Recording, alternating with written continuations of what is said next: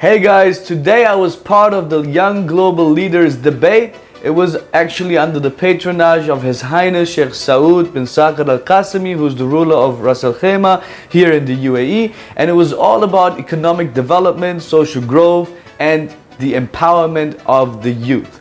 So actually, this was our chance to bring out some topics. And I've talked about the challenges entrepreneurs are facing in terms of getting investment. I've also talked about Startup Hero, so check it out.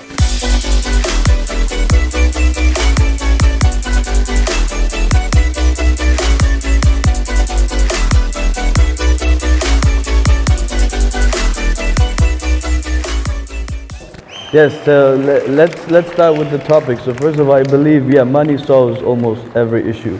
And the first and most important thing is investment, because I went through every type of entrepreneurial experience, I believe. And I believe being kinged in the region, and I explain kinged. Kinged means basically having a mentor and being supported, and having a big company actually support a small entrepreneurial endeavor does not work. But at the end of the day, it boils down to the entrepreneur, to the founder, and how much money you have in the bank account, because that's actually what solves issues. So if we want to talk about the issues of entrepreneurship in the region, it's basically the amounts of money invested into startups beyond $10 million.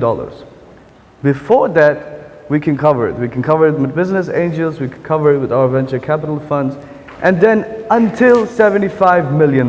Because after that, we also have investments. Right? Because those companies usually are profitable or have so much track record and the trust that then the big venture capital firms or the private equity firms already come in, or even strategics. So our gap is between $10 to $75 million tickets.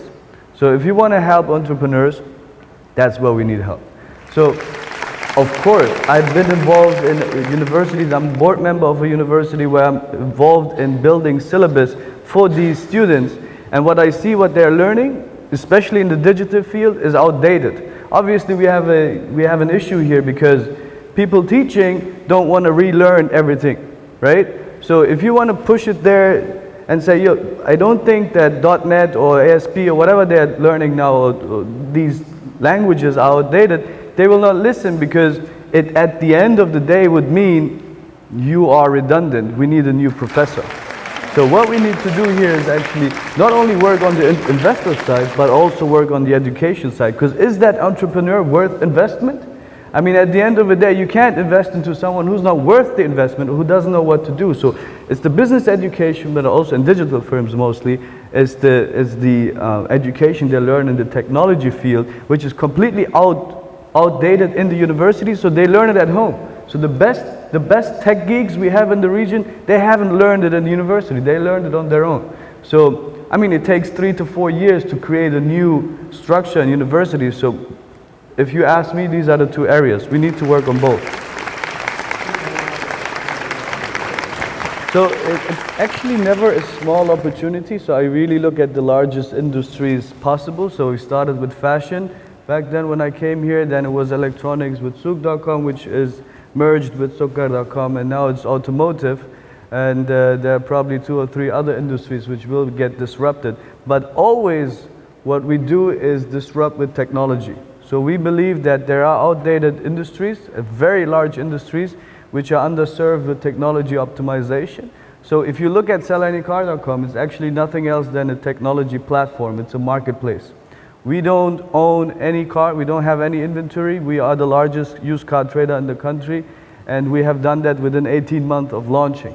I'm trying to convey this message of the mindset to young entrepreneurs in the region. I've started a new concept called StartupHero.com. You can check it out. I'm actually opening up the ears of investors, but also showing the local entrepreneurs from the region to a massive audience. It has been the fastest growing YouTube channel in the history of the Middle East in terms of business. We've just launched 5 weeks ago.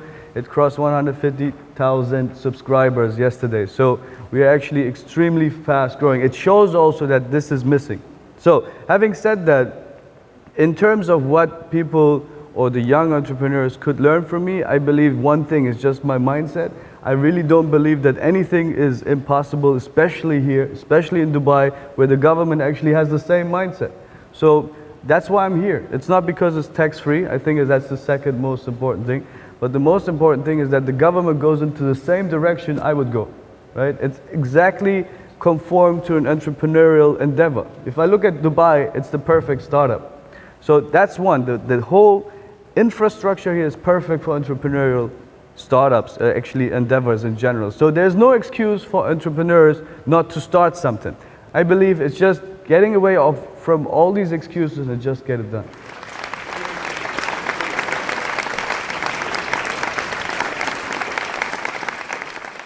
One more thing, guys, for tomorrow's vlog, I have a sneak preview now. It was really interesting. It was really all about making others happy. You'll see the full version on MoVlogs channel tomorrow, and you'll see the sneak preview on this channel. So stay tuned.